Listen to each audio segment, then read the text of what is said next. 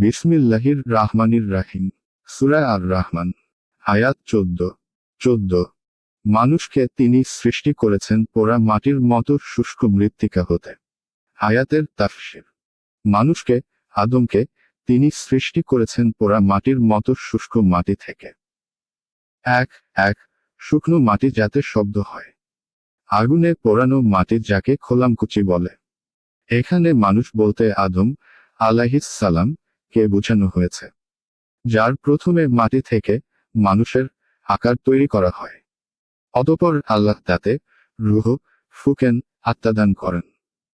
তারপর আদম আলাইহিস সালাম এর বাম পাঁজরের হাড় থেকে হাওয়াকে সৃষ্টি করেন এবং এরপর থেকে তাদের উভয়ের মাধ্যমে মানুষ সৃষ্টির ধারাবাহিকতা চলতে থাকে।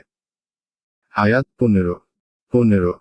আর জিনকে সৃষ্টি করেছেন নির্ধূম অগ্নিশিখা হতে। আয়াতের তাফসীর। এবং জিনকে সৃষ্টি করেছেন অগ্নিশিখা থেকে।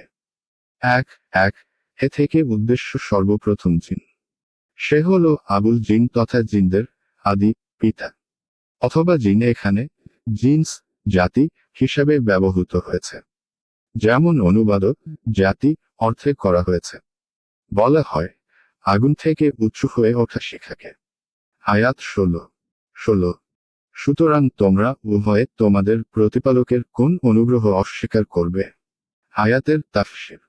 অতএব তোমরা উভয়ে তোমাদের প্রতিপালকের কোন কোন অনুগ্রহকে মিথ্যাজ্ঞান করবে?